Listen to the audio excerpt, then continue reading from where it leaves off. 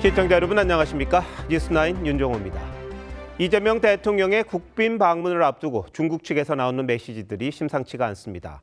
중일 갈등이 극에 달한 상황에서 우리에게 대만 문제에 대한 입장을 요구하는 듯한 표현들이 잇따르고 있는데 어느 편에 설지 분명히 하라는 요구로 보입니다. 하지만 곧이어 있을 일본 순방은 물론 미국과의 관계를 고려할 때 답하기가 쉽지는 않습니다. 서해 구조물, 핵 추진 잠수함, 쿠팡 사태 등 걸끄러운 의제들도 한둘이 아니어서 이른바 실용 외교가 연초 또 한 번의 시험대에 오르는 셈입니다. 첫 소식 최민식 기자가 보도합니다. 이재명 대통령과 시진핑 중국 국가주석이 오는 5일 정상회담을 합니다. 순방 둘째 날 공식 환영식을 시작으로 정상회담, MOU 체결식, 국빈 만찬까지 함께할 예정인데 두 정상이 마주 앉는 것은 두 번째로 지난해 11월 경주 정상회담 이후 2달 만입니다.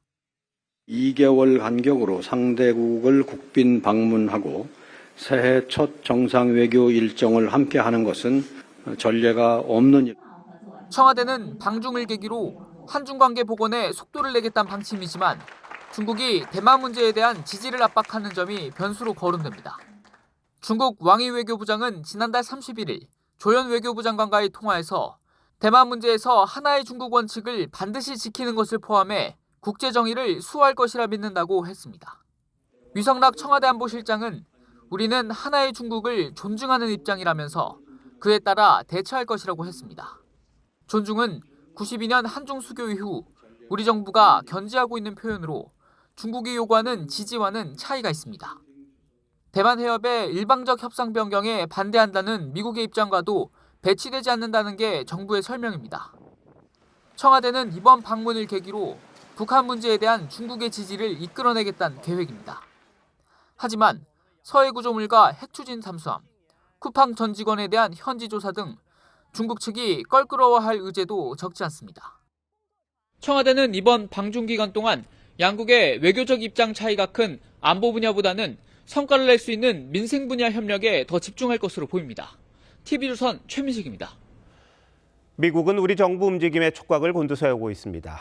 미국과 중국의 패권 경쟁이 치열한 상황에서 이재명 대통령이 첫 중국 방문에서 어떤 메시지를 내놓을지 예의주시하는 분위기입니다. 동시에 한국에서도 논란을 빚고 있는 정보통신망법 개정안에 대해서도 공식적으로 우려를 표명했는데 새 벽두부터 한미 가치동맹의 균열이 갈 수 있는 뇌관으로 떠오르고 있습니다. 미국 워싱턴 DC 라이브로 연결합니다. 백대호 특파원, 미국은 우리 정부가 친중 노선으로 돌아서는 게 아니냐, 이걸 우려하는 겁니까? 네, 맞습니다. 미국은 지난 연말부터 이재명 대통령 방중 일정 파악에 나선 모습이었는데요. 트럼프 행정부 일각에선 이 대통령 성향을 친중으로 분류하는 시각이 있습니다. 미국이 한미 조선업 협력을 주저하는 듯한 인상에는 미국의 군사기밀이 중국에 유출되지 않을까 하는 우려가 담겨 있다는 분석도 나옵니다. 과거 이 대통령이 주한미군을 점령군으로 표현하고 사드 미사일 배치에도 반대했던 점을 들면서 이재명 정부가 친중, 친북 외교로 기울 가능성을 꾸준히 지적하고 있는 겁니다. 미중이 연초부터 중국의 대만 포위 훈련을 두고 신경전을 벌이는 상황에서 이 대통령이 중국에서 한미 가치 동맹을 흔드는 듯한 발언을 할지 여부에도 촉각을 곤두세우고 있습니다. 네, 그리고 정보통신망법에 대한 미국 정부의 속내는 뭡니까? 네, 우선 미 국무부는요, 미국 기반 온라인 플랫폼 사업에 부정적 영향을 주고 표현의 자유를 훼손하는 한국의 정보통신망법 개정안을 심각하게 보고 있다는 입장을 최근 밝혔습니다. 이 같은 입장에는 구글과 메타와 같은 미국 기업이 불이익을 받을 수도 있다는 우려가 깔려 있는 건데요. 그런데 트럼프 정부가 미 플랫폼 기업 사이에는 미묘한 온도차가 있기는 합니다. 트럼프 대통령은 지난 2020년 대선 패배 이후 지지자들의 의회 폭동을 조장하려 했다는 이유로 트위터와 페이스북 그리고 유튜브 사용을 금지당한 경험이 있는데요. 마가를 대표로 하는 우파적 시각에 대해 표현의 자유 침해 가능성을 가장 심각하게 보고 있는 겁니다. 반면 지난 대선 이후 트럼프 대통령에게 상당한 후원금을 낸 일부 빅테크 기업은 우리 정부가 망 사용료 부과와 온라인 플랫폼을 규제할 가능성 등에 대해서 반발하면서 트럼프 정부에 대해 꾸준히 문제 제기를 요구하고 있는 상황입니다. 비슷한 법을 시행 중인 유럽에서 미국에 벌금을 부과하자 트럼프 행정부는 EU 인사들의 비자를 제한하는 보복 조치를 가하기도 했습니다. 지금까지 미국 워싱턴 DC에서 TV조선 백대호입니다. 네, 지금 보신 것처럼 정보통신망법 개정안이 한미 간 통상 마찰로까지 번질 수가 있어 정부가 당혹스러워하고 있습니다. 공식적으로는 미국과 소통 중이라며 진화에 나섰지만 내부적으로는 국내법에 대한 미국 요구가 과하다는 분위기도 감지됩니다. 야당은 외교 참사라며 법 개정을 요구하고 나섰습니다. 조성호 기자의 보도입니다. 통상 정책을 주도하는 제이미슨 그리어 미 무역대표부 대표는 최근 한국의 디지털 규제가 철회되지 않을 경우 무역법 301조에 따른 조사에 착수할 수 있음을 시사한 바 있습니다. 그리어 대표가 말했던 디지털 규제는 정보통신망법 개정안이란 해석이 지배적입니다.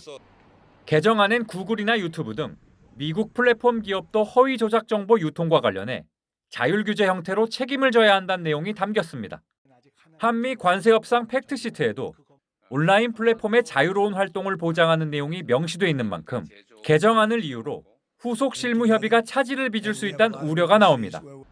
외교부는 개정안이 특정 국가나 기업을 대상으로 하는 건 아니라고 했고 위성락 안보실장도 한미 양국이 소통을 이어가고 있다며 진화에 나섰습니다. 다만 정부 내에선 현지 기업의 로비 결과라거나 과도한 입법 침해라며 불편해하는 기류도 적지 않습니다. 국민의힘은 졸속 입법으로 통상 위기를 자초했다며 조속히 법 개정에 나서겠다고 했습니다. 대한민국의 국격과 국익을 훼손하는 외교 대참사가 벌어졌습니다. 한미 간 통상 마찰이 다시 발생할 수 있다는 매우 심각한 경고 신호입니다. 민주당은 막 개정된 법을 다시 개정하라는 건 말이 안 된다는 입장입니다. TV조선 조성호입니다. 1억 원 공천 헌금 의혹으로 민주당에서 제명된 강선우 의원 논란, 오늘도 계속됐습니다. 자신은 발언권이 없었다고 해명했지만 실제 공천관리위원회에서 김경 서울시 의원이 후보가 돼야 한다고 주장한 게 확인됐습니다. 게다가 TV조선 취재 결과 시의회 원내대표 경선 과정에서 다른 시의원들에게 직접 전화를 걸면서까지 김경 시의원을 지원했던 걸로 파악됐습니다. 왜 그랬을까요? 전종원 기자가 단독 보도합니다. 2022년 6월 서울 강서구에서 단수 공천된 뒤 당선된 김경 시의원은 곧바로 민주당 시의회 원내대표에 도전했습니다. 그러자 민주당 시의원들에게 강선우 의원의 전화가 걸려오기 시작했습니다. 한 시의원은 강 의원이 일일이 전화해 김 의원을 잘 부탁한다며 밀어달라는 취지로 말했다고 전했습니다. 또 다른 시의원도 현역 국회의원이 시의원에게까지 직접 전화하는 건 이례적이라며 시의회 선거에 개입하는 건 부적절하다고 생각했다고 증언했습니다. 정치권에선 강 의원의 물밑 지원도 1억 금품수수 의혹과 무관치 않을 거란 관측이 나옵니다. 강 의원은 2022년 4월 김병기 당시 공천관리위 간사를 찾아가 1억 수수 사실을 스스로 밝혔는데도 이튿날 공관위 회의에서 김 시의원을 공천해야 한다고 주장한 사실이 확인됐습니다. 다주택 논란으로 컷오프 대상이었던 김 시의원이 단수 공천되는 데 영향력을 행사한 정황으로 같은 지역구 출신으로 발언권이 없었다는 강 의원 해명과 배치됩니다. 민주당이 어젯밤 긴급 최고위에서 제명 조치한 것도 공관위 회의록에 담긴 강 의원의 발언이 결정적이었던 걸로 전해졌습니다.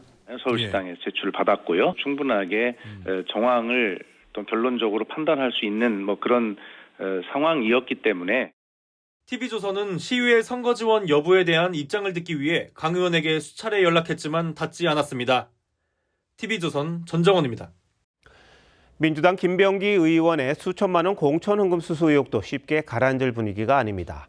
사실 이 의혹은 2년 전 22대 총선을 앞두고 한 차례 제기됐던 건데 탄원서까지 공개되면서 다시 논란입니다. 게다가 당시 이재명 대표실에도 전달이 됐었는데 별다른 조치가 없었다는 주장까지 나왔습니다. 당시 무슨 일이 있었던 건지 한송원 기자가 알아봤습니다. 22대 총선을 넉 달여 앞둔 2023년 말 김병기 의원 지역구인 서울 동작구 의회 의원들이 작성한 탄원서입니다. 2020년 총선 전 김병기 의원의 배우자 이모 씨에게 각각 1,000만 원, 2,000만 원씩을 줬다는 내용이 적혀 있습니다. 이 씨가 설 명절 선물로는 액수가 많고 공천 헌금으로는 적다며 한 차례 사양했다는 등의 구체적 정황도 적혀 있습니다. 다만 두 사람 다 3달에서 5달 뒤 돌려받았다고 했습니다.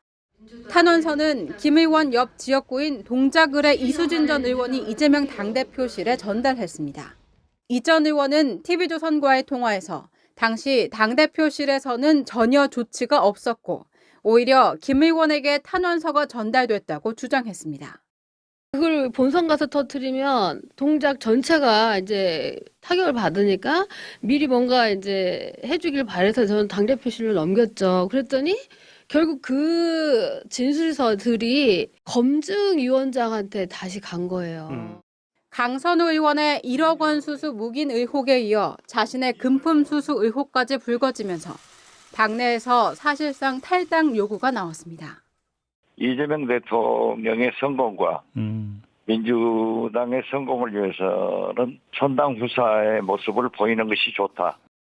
국민의힘은 당대표였던 이재명 대통령에게 책임이 있다고 비판했습니다. 비리 탄원서를 제출했는데도 당시 당대표였던 이재명 대통령은 이를 묵살했습니다. 이재명 대통령도 명백한 수사 대상입니다. 김 의원 측은 탄원서는 사실 무근이라면서 선거 때 등장하는 통상적인 투서로 이미 당이 문제가 없다고 판단한 사안이라고 반박했습니다. TV조선 한송원입니다. 경찰이 김병기 전 민주당 원내대표의 공천 헌금 의혹에 대해서도 수사에 착수했습니다. 김 의원이 받아야 할 수사만 특혜, 갑질 의혹 등 모두 12건입니다. 경찰은 또 다른 공천 헌금 의혹으로 민주당에서 제명된 무소속 강선우 의원에 대해서도 다음 주 월요일 고발인 조사를 진행합니다. 경찰이 살아있는 권력을 얼마나 철저히 수사할지 지켜볼 일입니다. 임희연 기자가 보도합니다. 김병기 전 민주당 원내대표가 또 다른 의혹으로 경찰에 고발됐습니다. 지난 2020년 자신의 지역구인 동작구 의회 의원들로부터 3천만 원 상당의 공천 헌금을 받은 의혹입니다. 이로써 김 의원 관련 경찰 수사는 총 12건으로 늘었습니다. 김 의원 차남의 숭실대 편입 의혹 사건을 제외한 11건 모두 서울경찰청이 직접 수사합니다. 경찰은 2달 전 이미 공천 헌금 관련 탄원서를 접수했지만 사실상 수사에 손을 놓고 있었습니다.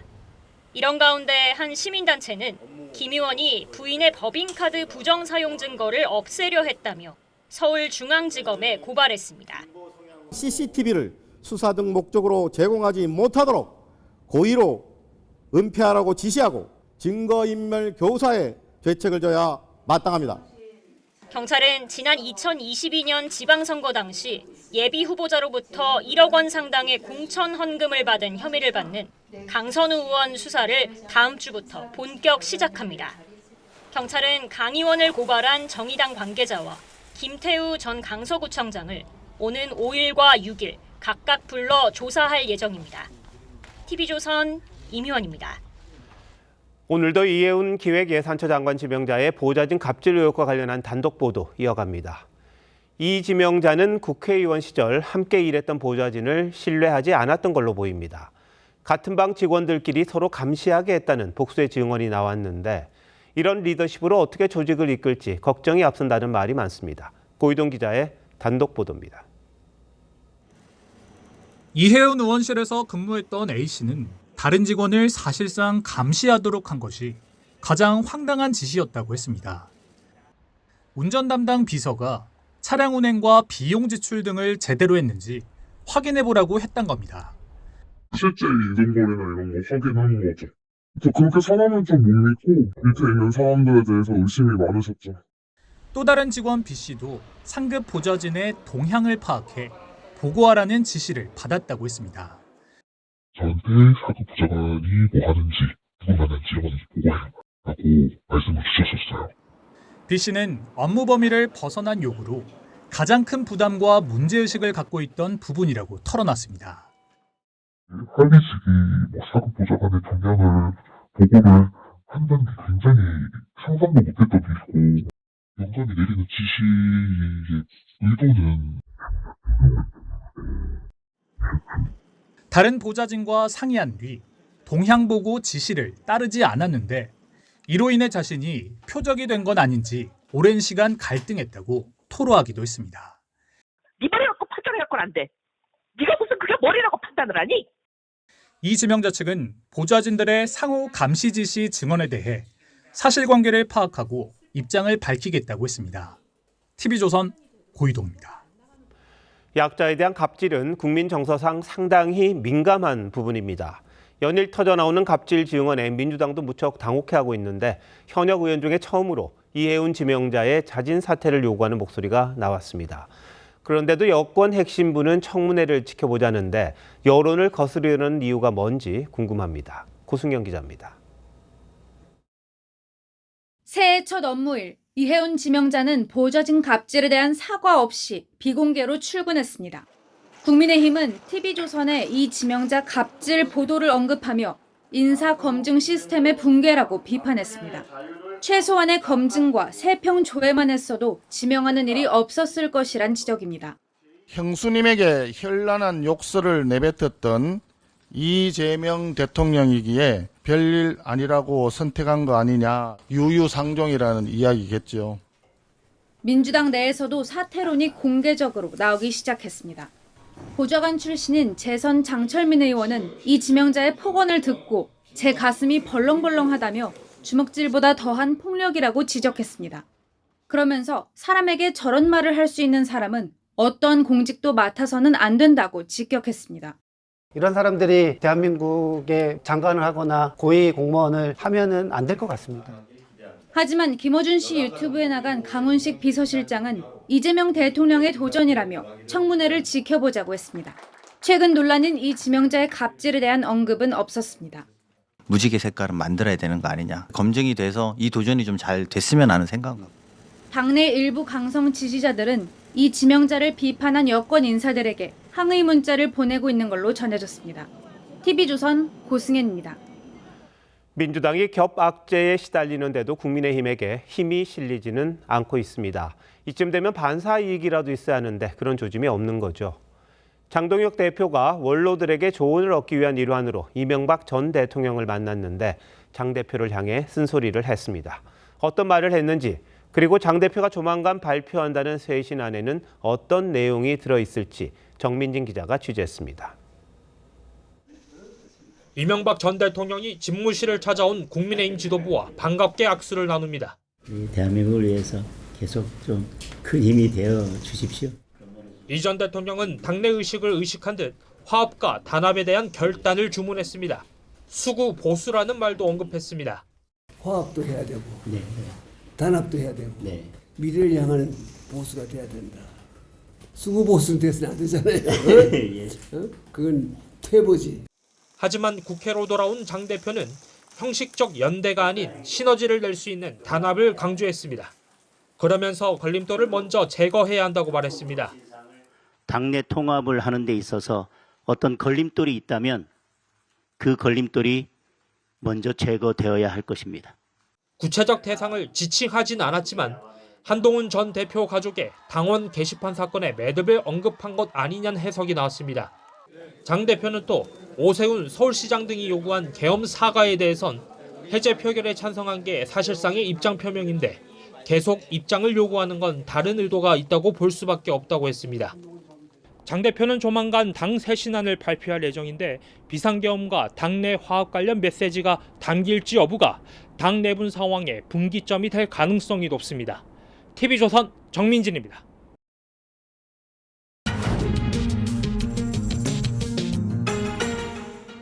정치 연안에 한 발 더 들어가 궁금증을 풀어드리는 정치 더 시간입니다. 조선일보 배성규 정치 에디터 나오셨습니다. 어서 오십시오. 안녕하세요. 오늘 주제 뭡니까?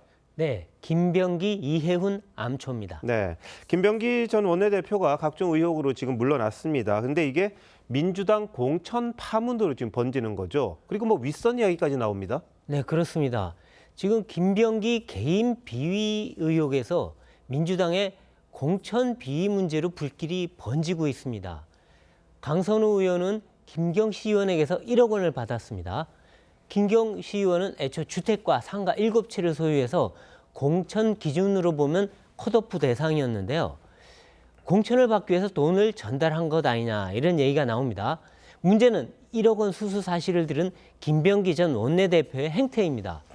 말로는 공천할 수 없다, 문제가 크다 이렇게 얘기했는데 실제 공천 심사 과정에서는 정반대 일이 벌어졌습니다. 살려달라고 애원했던 강 의원은 오히려 김경을 공천해야 한다고 목소리를 높였습니다. 네. 결국 김경 시의원이 단수 공천을 받았는데요. 납득하기 힘든 일이 벌어진 겁니다. 예. 도대체 누가 공천 헌금 논란을 뭉개고 공천을 준 거냐? 또 김병기 힘만으로 가능했겠느냐? 더 윗선이 개입한 거 아니냐? 이런 얘기들이 나오는 겁니다. 네. 그리고 김 전 원내대표 본인도 지금 문제잖아요. 네. 지역 구의원들로부터 돈 받은 의혹이 있었다 그랬는데 이게 유야무야됐다 이런 논란입니다. 네, 그렇습니다. 김 의원이 구의원들로부터 3천만 원을 받았다가 나중에야 돌려줬는데요. 이 당시 구의원들은 이재명 대표에게 탄원서를 보냈고 대표실에도 실제 전달이 됐다고 합니다. 네. 그런데 아무런 징계나 고발 조치나 어떤 그게 없었습니다. 예. 오히려 이 탄원서가 당시 후보자 검증위원장을 맡고 있던 김병기 의원 측에 넘어갔다 이런 얘기가 나옵니다. 김 의원이 결국 자기 문제를 스스로 검증해서 셀프 사면을 한 꼴이다 이런 건데요. 예. 김 의원은 2023년 이 대통령 체포동의안 때 이 방탄에 앞장섰다는 얘기가 나왔고요. 또 작년 총선 때는 비명 행사 공천을 주도했다는 얘기도 들었습니다. 예. 그래서 이 김 전 원내대표 의혹을 봐주고 넘어간 거 아니냐 이런 얘기가 나오는 건데요. 네. 이 김병기 파문이 혹시라도 이 대통령 쪽으로 또 옮겨붙을 수 있는 거 아니냐 이런 우려가 나오는 겁니다. 아, 그렇군요. 자, 근데 야당은 특검 요구하고 있고요. 여당 내에서도 김병기 제명론 여기까지 나온다면서요. 네, 그렇습니다. 국민의힘은 지금 김병기, 강선우 특검을 하자 이렇게 주장합니다. 네. 경찰 수사로 시간 끌고 얼렁뚱땅 뭉개면 안 된다는 겁니다. 최종적으로는 이 대통령을 겨냥한 거 아니냐 이런 얘기가 나옵니다. 여당 내부에서도 김병기 탈당이나 제명 요구가 나오는데요. 이 조속히 진화하지 않으면 불길이 여권 전체로 옮겨붙을 수 있다 이런 우려 때문입니다. 네. 하지만 김 의원이 탈당을 현재 거부하고 있는 것으로 알려져 있는데요. 이것 때문에 고민이라고 합니다. 김 의원은 선거 공천과 정책 추진 과정에서 그동안 핵심적인 역할을 해왔습니다. 네. 억지로 또 뭐 제명시킨다 이렇게 했다가 김 의원이 반발할 경우 사태가 엉뚱한 방향으로 갈 수 있는 거 아니냐 이런 얘기가 나오는데요. 네. 여권 핵심부로서는 예기치 않은 대형 암초를 만난 격입니다. 네, 녹취록이 공개가 됐잖아요. 이걸 네. 누가 했느냐 가지고도 말이 많던데 네. 혹시 뭐 그런 거 좀 걱정하는 게 아닌가 이런 생각도 네, 좀 맞습니다. 듭니다. 자, 근데 이해웅 기획예산처 장관 지명자 갑질 네. 논란 계속해서 논란이죠. 역풍이 거셉니다. 네, 이 폭언, 인격 모독, 갑질 등 각종 의혹이 뭐 하루가 멀다고 쏟아지고 있는 상황입니다. 이 보좌진 폭로로 시작됐던 강선우, 김병기 사태와 닮은 꼴이다 이런 지적인데요. 네. 이 야당은 물론이고 여당 내부에서도 사퇴론이 거셉니다. 예. 민주당 원내대표, 최고위원, 시도시다 출마자들이 나서서 문제가 있다. 공직을 맡아서는 안 된다는 얘기를 하기 시작했습니다. 청와대는 청문회를 통해서 검증하겠다고 했지만 끝까지 버틸 수 있겠느냐 이런 전망이 나오고 있습니다. 예. 자, 뭐 이 대통령 그리고 여권 좀 곤혹스럽긴 하겠습니다. 네, 이해운 후보자 지명은 사실 국민의힘과 보수 진영의 기반을 흔드는 역발상의 묘수로도 또 평가가 되기도 했습니다. 네. 그런데 이 후보자의 탄핵 반대 집회 참석 이게 나왔고 또 정책 노선 차이도 드러났죠. 거기다가 갑질 폭로까지 이어지면서 여야 모두에서 반대 목소리가 커지고 있는 겁니다. 정치적 묘수가 악수로 바뀌는 듯한 분위기이기도 한데요. 네. 김병기, 강선우 논란은 또 이 대통령이 보고받고 관여했느냐 이런 논란으로 번질 가능성도 없지가 않습니다. 지방선거를 앞두고 연이은 악재인데요. 네. 다만 한 가지 위안거리라고 하면 국민의힘이 새해 벽두부터 집안 싸움으로 바람 잘 날이 없다는 겁니다. 여권이 암초를 만나도 야당 덕에 살아날 수 있다 이런 얘기가 나오는 겁니다. 그만큼 국민의힘으로서는 지금 아주 무기력한 상태다. 맞습니다. 뭐 거칠 게 없다 여당은 뭐 이런 게 되겠군요. 맞습니다. 예, 배 에디터 잘 들었습니다.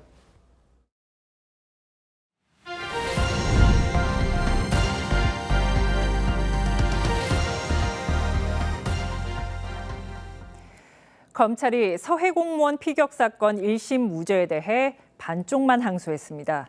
서훈 전 국가안보실장 등 2명에 대해서만 공무원과 유족의 명예를 훼손했다며 항소를 제기했습니다. 나머지 박지원 전 국정원장과 서욱 전 국방장관은 무죄가 확정됐습니다. 검찰 내부에서는 생색내기 항소라는 비판이 나오고 있습니다. 류태영 기자입니다. 항소기한 마지막 날까지 결정을 미루던 검찰이 서해 피격 은폐 의혹 사건 1심 무죄를 받은 피고인 5명 중 2명에 대해서만 항소했습니다. 서훈 전 국가안보실장과 김홍희 전 해양경찰청장만 자진 월북한 것으로 보일 수 있는 수사 결과를 발표했다며 2심으로 끌고 간 겁니다. 실종자는 정신적 공황 상태에서 현실 도피의 목적으로 월북한 것으로. 반면 해수부 공무원이 북한군에 피격된 뒤 소각된 걸 은폐한 혐의에 대해선 항소를 포기했습니다. 이로써 박지원 전 국정원장, 서욱 전 국방부 장관 등 3명은 무죄가 확정됐습니다. 검찰 내부에선 이해할 수 없다는 반응이 나왔습니다. 한 부장검사는 선택적 항소로 주범이라 할 수 있는 사람들에게 면죄부를 준 꼴이라고 했습니다. 또 다른 검사는 여론과 유족을 의식해 힘없는 사람만 항소한 것이라고 했습니다. 고 이대준 씨 유족 측은 법적 책임을 묻겠다고 했습니다.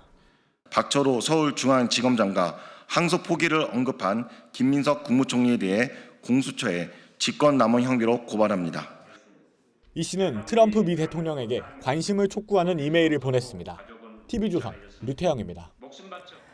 이렇게 검찰 내부가 어수선한 가운데 국가 최고 법 집행기관인 대검찰청이 상설특검의 압수수색을 당했습니다.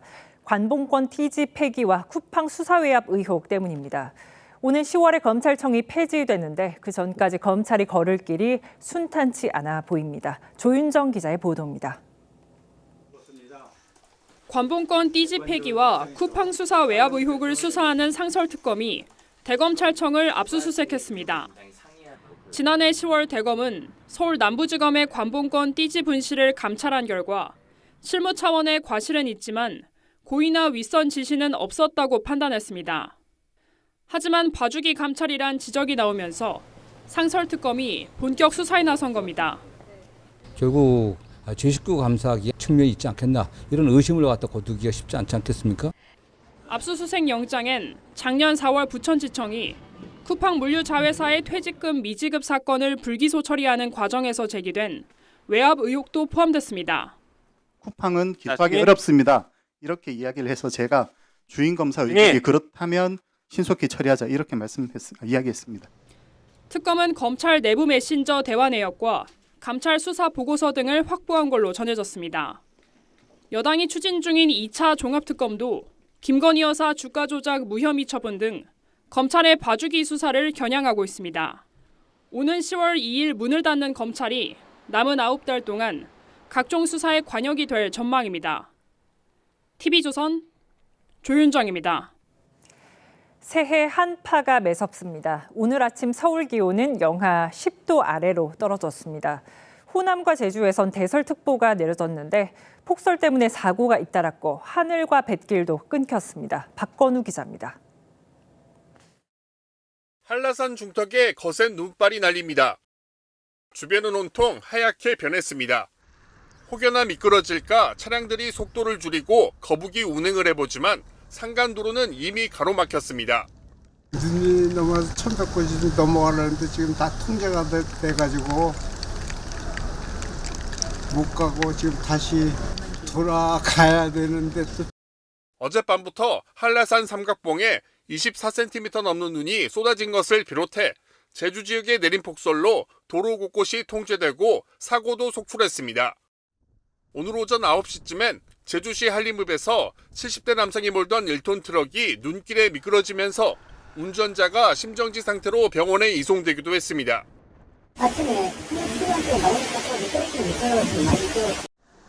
강한 바람까지 불어 제주공항을 오가는 항공기 15편이 결항됐고 폭설주의보가 내려진 전남 지역에선 섬으로 오가는 여객선 40척이 운항을 멈췄습니다. 밤사이 쌓인 눈이 녹으면서 도로가 빙판길로 변했습니다. 이제 미끄러우니까 행여나 나이 드신 분들 걸어가다가 넘어지지 않을까 이게 걱정이고. 기상청은 내일까지 호남에 2에서 7cm, 제주에는 5에서 10cm의 눈이 더 내릴 것으로 예상했습니다. 새해 들어 연일 영하 10도를 넘나든 한파는 내일 낮부터 누그러질 전망입니다. TV조선 박건우입니다. 오늘 저녁 6시쯤 서울 종강역 인근 인도로 택시가 돌진했습니다. 1명이 숨지고 9명이 다쳤습니다. 신정원 기자가 보도합니다. 전기차 택시가 가로수를 들이받아 형체를 알아볼 수 없게 찌그러졌습니다. 도로 곳곳에 차량 파편이 흩어져 있고 차체에서 분리된 타이어는 인도 위에 덩그러니 놓여 있습니다. 엄청나게 큰 소리가 나가지고 택시가 연기가 나오는 거를 목격을 했고요. 사람이 쓰러져 있는 걸로. 저녁 6시 5분쯤 서울 종로구 종강역 근처에서 택시가 다른 차 2대를 들이받으며 인도 방향으로 돌진하는 사고가 일어났습니다. 소방당국은 전기차 택시가 2차 폭발을 일으킬 위험성을 우려해 전원부터 차단했습니다. 이 사고로 횡단보도를 건너려던 40대 한국인 여성 1명이 차에 치여 심정지 상태로 병원으로 옮겨졌지만 끝내 숨졌고 9명이 다쳤습니다. 부상자 중 4명은 외국인인 것으로 전해졌습니다. 사고 발생 장소는 외국인 종합지원시설인 서울 글로벌센터 앞입니다. 여기 외국인청이라서 다들 비자 받으러 여기 오는 걸로 알고 있습니다. 사고를 낸 택시기사는 70대 후반으로 음주는 하지 않은 상태였습니다. 경찰은 택시기사를 상대로 돌진한 원인을 조사 중입니다. TV조선 신정원입니다. 서울에서 도로를 달리던 차량이 갑자기 인도에 올라타서 전봇대까지 들이받았습니다. 운전자는 인터넷 방송에 출연하며 이름을 알린 BJ였는데 수면 유도제를 먹은 상태였습니다. 이나영 기자입니다. 회색 SUV 차량이 도로 경계석에 부딪힌 뒤 인도에 반쯤 올라탄 뒤 계속 앞으로 갑니다. 세워져 있던 자전거를 치고 계속 돌진하더니 전봇대를 들이받고서야 멈춰섭니다. 차에선 흰 연기가 피어오르고 주변에 있던 사람들이 놀라 순식간에 몰려듭니다. 곧이어 경찰차와 구급차가 도착하고 운전자를 들것에 실은 채 옮겨갑니다. 2025년 마지막 날이던 지난달 31일 저녁 6시 50분쯤 서울 광진구의 한 대로변에서 유명 BJ가 수면요도제를 복용한 뒤 운전하다 사고를 냈습니다. 여자분한테 눈은 떠있고 저분은 계속 괜찮아 그러시면 소리 연다고.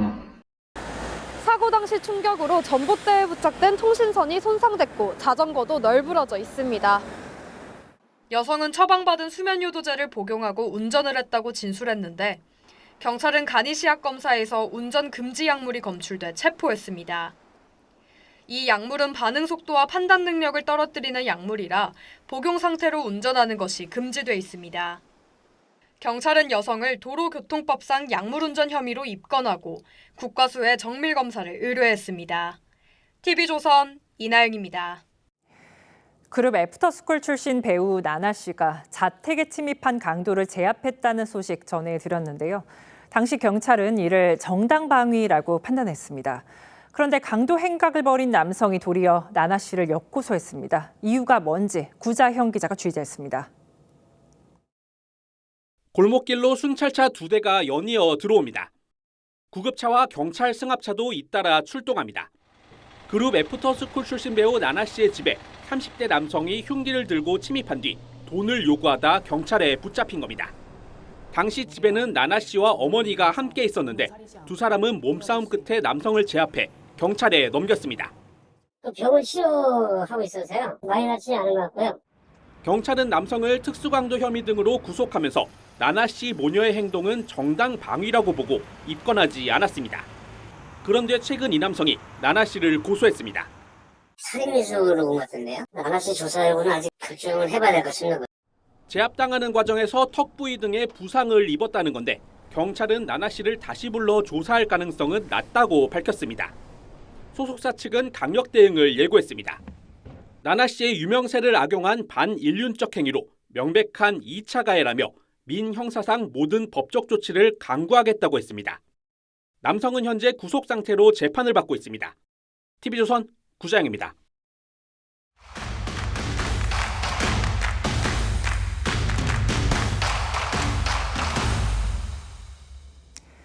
저희 TV조선은 붉은 말의 해를 맞아 우리나라 정책과 제도를 꼼꼼히 살펴보고 혁신을 고민하는 시간을 마련했습니다. 연중기획보도 달리자 대한민국의 첫 순서는 올해 논의가 본격화될 뜨거운 쟁점, 정년 연장입니다. 60대도 일하는 시대를 놓고 기대만큼 우려도 따라 붙고 있는데요. 어떻게 접점을 마련할 수 있을지 한지은 기자가 취재했습니다. 탑골공원에서 경비와 시설 관리를 하는 70세 A씨가 하루 일과를 마칩니다. 10년 전 사무직 회사원으로 퇴직한 A씨는 지난해 7월 이곳에서 일자리를 구했습니다. 재취업의 기쁨도 잠시 오는 6월이면 계약이 끝납니다. 집에서 있으니까 무료하기도 하고 또 나이가 들수록 경험도 많이 들고 그러니까 좋죠. 더 할 수 있으면 좋은데 이제 계약 기간이 만료가 돼가지고. 퇴직을 앞둔 직장인들은 60세의 일터를 떠나는 게 아쉽습니다. 아직까지 건강 잘 지키고 있으니까 건강이 허락하는 한 계속 하고 있고 활동을 하는 게 좋은 것 같아요. 정부가 국정과제로 띄운 65세 정년 연장에 기성세대는 기대를 보이지만 젊은 세대의 시선은 엇갈립니다. 국민연금이 개혁이 되면서 지급되는 돈이 많아졌는데 국민연금을 내는 인구도 늘어나는 것이기 때문에 좀 긍정적이지 않을까 생각합니다. 마냥 그냥 나이 먹어서 똑같은 자리만 먹고 있다고 하면 또 밑에서도 올라가기 힘들고. 정년 연장이 청년 채용 불안으로 이어질 거란 우려가 나오는 가운데 경영계는 정년 연장 시 인건비 증가 등으로 30조 원의 비용이 늘어날 수 있다고도 지적합니다. 한국경영자총연합회의 조사에서 70%가 넘는 기업들이 올해 임금 단체 협상 기간이 3개월을 넘을 거라고 답했습니다. 노사협상의 가장 큰 쟁점으로는 정년 연장을 꼽았습니다. 경영계는 퇴직 후 재고용 등 유연한 방식으로 정년을 늘려야 한다는 입장입니다. 반면 노동계는 일률적인 65세 정년 연장을 요구하면서 접점을 찾기 쉽지 않을 거란 관측이 나옵니다. 올해 노동시장의 최대 화두로 떠오른 정년 연장이 노사 갈등을 넘어 세대 갈등으로 번져선 안 된다는 우려도 큽니다. TV조선 한지은입니다. 세계 최대 가전 IT 전시회 CES가 나흘 앞으로 다가왔습니다. 올해 핵심 화두는 AI가 로봇처럼 몸을 갖고 움직이는 이른바 피지컬 AI입니다. CES의 관전 포인트를 임유진 기자가 짚어봤습니다. 인간을 똑 닮은 로봇이 박스에서 다른 박스로 부품을 옮깁니다. 옆에서 상자 덮개를 닫으며 방해해보지만 아랑곳 않고 작업을 이어갑니다. 현대차 자회사가 만든 더 똑똑해진 인간형 로봇인데 올해 CES에서 첫 공개를 앞두고 있습니다. 혁신가들의 등장을 주제로 한 올해 CES에서는 AI 기술이 로봇 같은 기기에 몸을 입고 우리 일상에 스며든 모습이 펼쳐집니다. The future of robotics isn't about replacing us. It's about partnering with us. And CES 2026 is where you'll see just how far that future has come. 스마트홈의 중심 TV 시장을 둘러싼 경쟁도 관전 포인트입니다. 삼성과 LG, 일본의 소니, 중국의 TCL과 하이센스 등 글로벌 TV 제조사들은 RGB 기반 차세대 디스플레이 기술을 앞세워 AI 홈 주도권 경쟁에 나섭니다. AI 산업의 미래 방향성을 가늠할 글로벌 기술 리더의 연설에서 엔비디아 젠슨 왕 CEO와 경쟁사 AMD 리사수 CEO가 어떤 메시지를 낼지도 관심입니다. 디바이스에 탑재되는 새로운 시스템 반도체, AI 반도체에 대한 이야기를 많이 이야기하지 않을까 싶습니다. 올해 CES엔 160여 개국, 4,300여 개 기업이 참가하는데 개막에 앞서 발표된 혁신상 370여 개 가운데 절반 이상을 우리 기업이 휩쓸었습니다. TV조선 임유진입니다. 새해 첫날부터 우리 증시가 4,300선을 넘어서며 사상 최고치를 다시 썼습니다. 특히 국민주 삼성전자는 반도체 업종이 강하게 상승하는 이른바 슈퍼사이클이 역대 가장 길게 올 거란 전망에 7% 넘게 급등했습니다. 이정연 기자입니다. 2, 1. 축포와 함께 새해 첫 장을 연 우리 증시.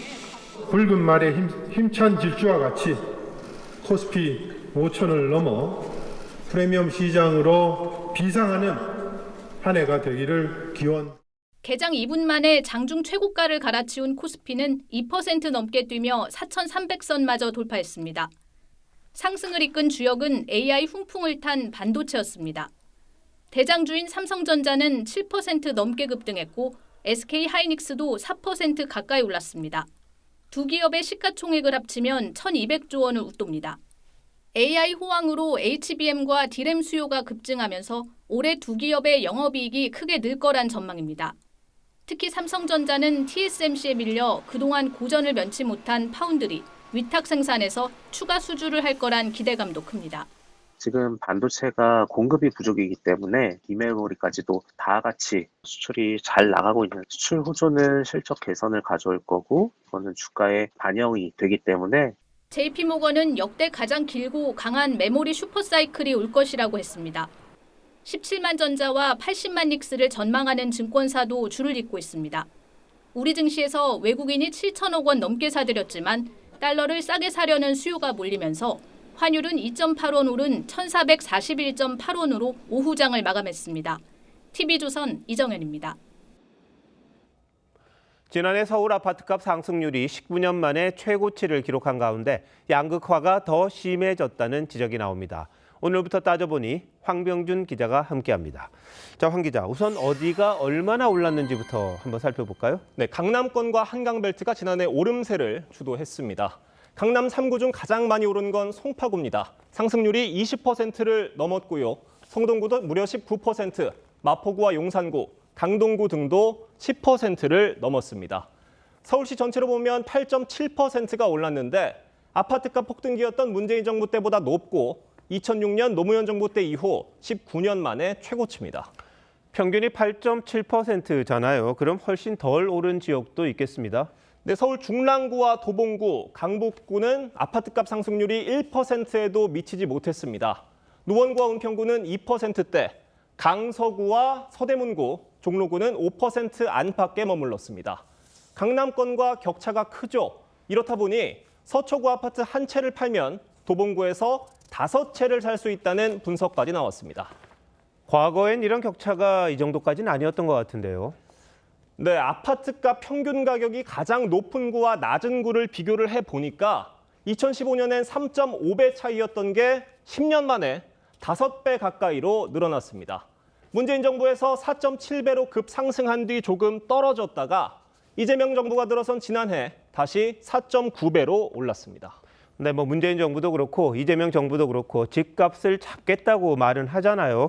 그런데 오히려 양극화만 더 심해졌다, 이런 비판이 나올 법도 하네요. 네, 그래서 규제 역설이라는 지적이 나옵니다. 정부는 지난 6월부터 3차례 고강도 대책을 내놨는데 오히려 서울 상급지를 중심으로 한 똘똘한 한 채 현상을 심화시키고 매매와 전세 가격 상승을 부추긴다는 겁니다. 이런 상황에 이재명 대통령은 대책이 없다, 이렇게 말하기도 했습니다. 제가 서울의 수도권의 집값 때문에 요새 욕을 많이 먹는 편인데 보니까 대책이 없어요. 다 그쪽으로 몰려드는데 어차피 땅은 제한돼 있고 사람은 몰려들고, 그러니까 결국 그 문제도 구조적 요인이라. 부동산 대책이란 게 하루아침에 이루어질 수는 없는 거고요, 공급이. 그런데 사람들의 심리도 좀 안정시켜야 될 텐데 그런 게 좀 부족하다는 거죠. 네, 서울에는 아파트를 새로 지을 땅이 부족하다는 게 가장 큰 걸림돌입니다. 그래서 거론되는 대안이 재건축과 재개발인데요.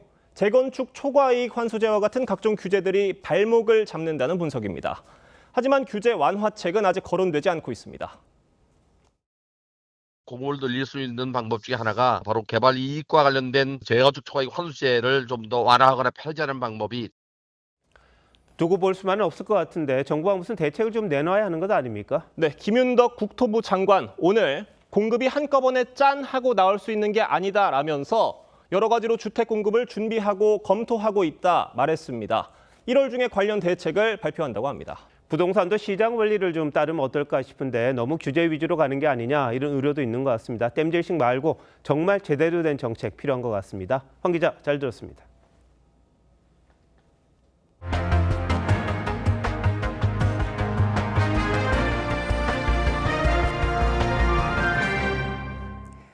북한 김정은 위원장이 새해 첫날 딸 주애와 함께 금수산 태양궁전을 참배했습니다. 김일성과 김정일의 시신이 안치돼 있어서 북한 체제의 정통성을 상징하는 곳인데요. 정중앙에 선 사람은 김정은이 아니라 딸 주애였습니다. 후계자 구도와 연관짓는 분석들이 나오고 있습니다. 최원국 기자입니다. 북한 관영 매체가 공개한 금수산 태양궁전 참배 모습입니다. 김정은과 아내 리설주, 딸 주애가 참배 행렬 맨 앞줄에 자리했는데 주회가 정중앙을 차지했습니다. 김종은 동지께서는 영생 홀드를 찾으시어 위대한 수령님과 위대한 장군님께 새해 인사를 삼가 드리시었습니다. 북한이 혁명 성지로 선전하는 금수산 태양궁전은 김일성, 김정일의 시신이 안치된 곳입니다. 체제 정통성을 상징하는 이곳에서 주회가 참배하는 모습이 공개된 건 처음입니다. 첫 방문이라는 점에서 유의해서 보고 있습니다. 앞으로도 김정은 위원장 딸의 행보에 대해서는 주의 깊게 살펴보도록 하겠습니다. 주회는 앞서 열린 신년 축하 공연에서 김정은의 손을 잡거나 귓속말을 나눴고 볼에 뽀뽀를 하는 등 거침없는 스킨십으로 눈길을 끌었습니다. 지난달 김정은이 핵잠수함 건조 현장을 시찰할 때도 주회가 동행했습니다. 이 때문에 올 초로 예상되는 9차 당대회에서 주회에 대한 후계자 공식화가 이뤄질 수 있다는 분석도 나옵니다. 9차 당대회를 앞두고 의도적으로 기획된 정치적 행보로 해석할 수가 있습니다. 김정은의 후계자로 공식화될 것임을 미리 예고하는. 다만 김정은의 나이와 건강 상태를 고려했을 때 후계 공식화보다는 딸을 통해 가족적 이미지를 부각하려는 의도란 해석도 있습니다. TV조선 최원국입니다. 화폐 가치 폭락과 높은 물가에 항의하며 시작된 이란의 반정부 시위가 거세게 번지고 있습니다.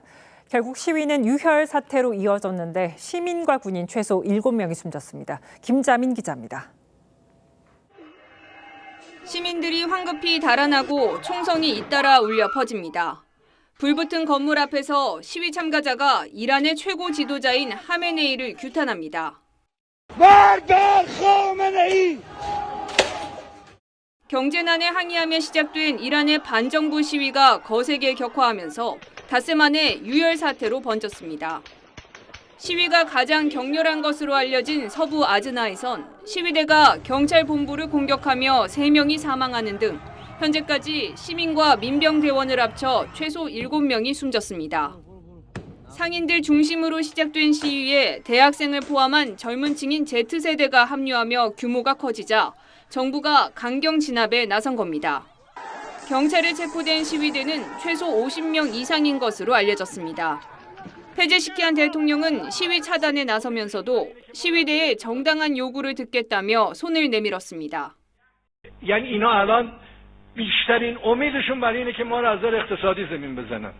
하지만 보안군이 시위대를 폭도로 규정하고 폭동에 단호하게 대처하겠다며 강경 진압을 예고하고 있어 사상자 규모가 커질 수 있다는 우려가 나옵니다. 3년 전 히잡 시위 이후 비교적 잠잠했던 이란 사회는 경제난이라는 근본적인 문제로 또다시 중대 기로에 서게 됐습니다. TV조선 김자민입니다.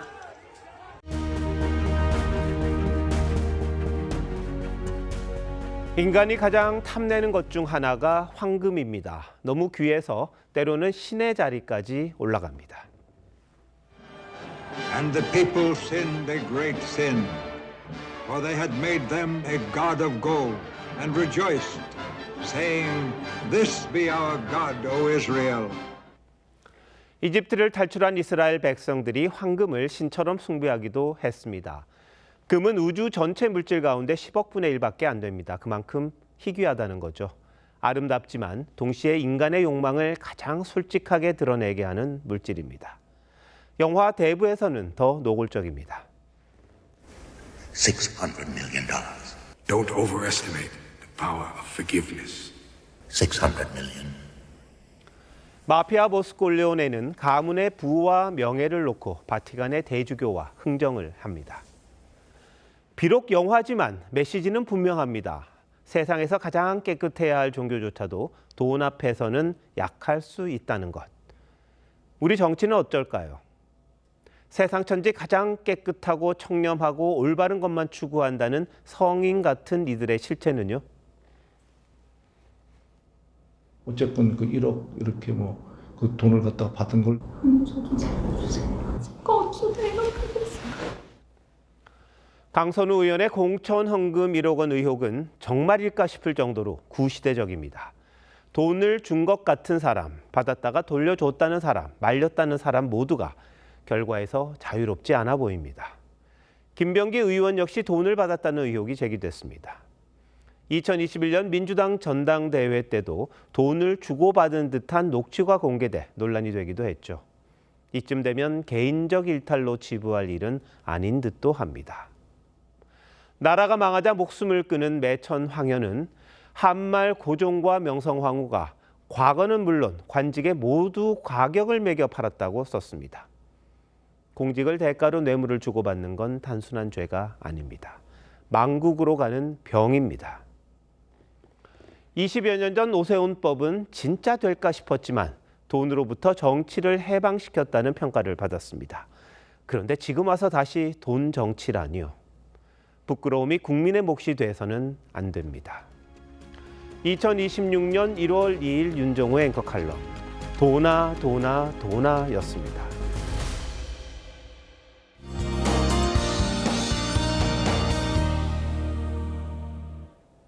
연말부터 시작된 한파가 새해 첫 출근길인 오늘도 여전히 바람이 매서웠습니다. 이번 추위는 새해 첫 주말인 내일 아침까지 이어지겠습니다. 서울 영하 9도까지 떨어지겠고 낮부터는 기온이 오르면서 추위가 다소 누그러지겠습니다. 서해안은 내일 아침까지 눈이 더 내리겠는데요. 호남 지방에 1에서 5cm, 제주 산지에 3에서 10cm의 눈이 예상됩니다. 동쪽 지역을 중심으로 비 소식이 없는 건조한 날씨가 지속돼 산불 조심하셔야겠습니다. 내일 전국 하늘 맑다가 점차 흐려지겠고요. 오전까지 바람이 강하게 불겠습니다. 내일 아침 기온 서울과 대전 영하 9도로 강한 추위가 이어지겠고요. 한낮 기온 서울 영상 2도로 평년 수준을 회복하겠습니다. 다음 주 아침에도 영하권 추위가 이어지겠는데요. 낮 기온은 영상권에 들며 심한 한파는 없겠습니다. 날씨였습니다. 1월 2일 금요일 뉴스9 마칩니다. 시청해주신 여러분 고맙습니다.